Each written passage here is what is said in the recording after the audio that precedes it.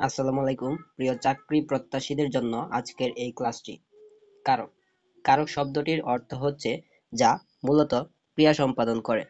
কারক শব্দটির অর্থ হচ্ছে যা মূলত ক্রিয়া সম্পাদন করে। ক্রিয়াপদের সঙ্গে নামপদের যেই সম্পর্ক ক্রিয়াপদের সঙ্গে নামপদের যে সম্পর্ক তাকে কারক বলা হয়। কারক ৬ প্রকার। ১ কর্তৃকারক, ২ কর্মকারক, ৩ করণকারক, ৪ সম্প্রদান কারক, ৫ অপাদান কারক এবং ৬ হচ্ছে অধিকরণ কারক। একটি বাক্যে ৬টি কারকের উদাহরণ: বেগম সাহেবা প্রতিদিন ভান্ডার থেকে নিজ হাতে গরিবদের চাল দিতেন। এখানে বেগম সাহেবা ক্রিয়ার সঙ্গে কর্তৃ সম্পর্ক, ২ চাল হচ্ছে কর্ম সম্পর্ক, ৩ হাতে হচ্ছে করণ সম্পর্ক, ৪ গরিবদের সম্প্রদান সম্পর্ক, ৫ ভান্ডার থেকে অবাদান সম্পর্ক, ৬ হচ্ছে প্রতিদিন অধিকরণ সম্পর্ক।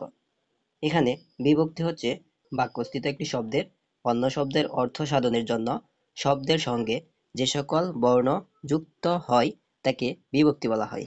বর্ণ যুক্ত হয় তাকে বিভক্তি বলা হয়। যেখানে যেমন ছাদে মা শিশুকে চাঁদ দেখাচ্ছেন।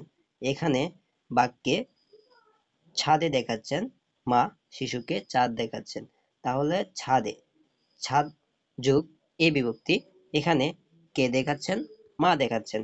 এখানে মা হবে মা যোগ শূন্য বিভক্তি, কারণ মায়ের মধ্যে মাতে কোনো বিভক্তি নেই। শিশুকে এখানে শিশু যোগ কে বিভক্তি। এখানে শিশুর সাথে কে বিভক্তি যুক্ত হয়ে শিশুকে তৈরি করেছে। এবং কি দেখাচ্ছেন? চাঁদ দেখাচ্ছেন। এখানে চাঁদের সাথে শূন্য বিভক্তি, কারণ চাঁদের সঙ্গে অন্য কোনো বিভক্তি যুক্ত হয়নি।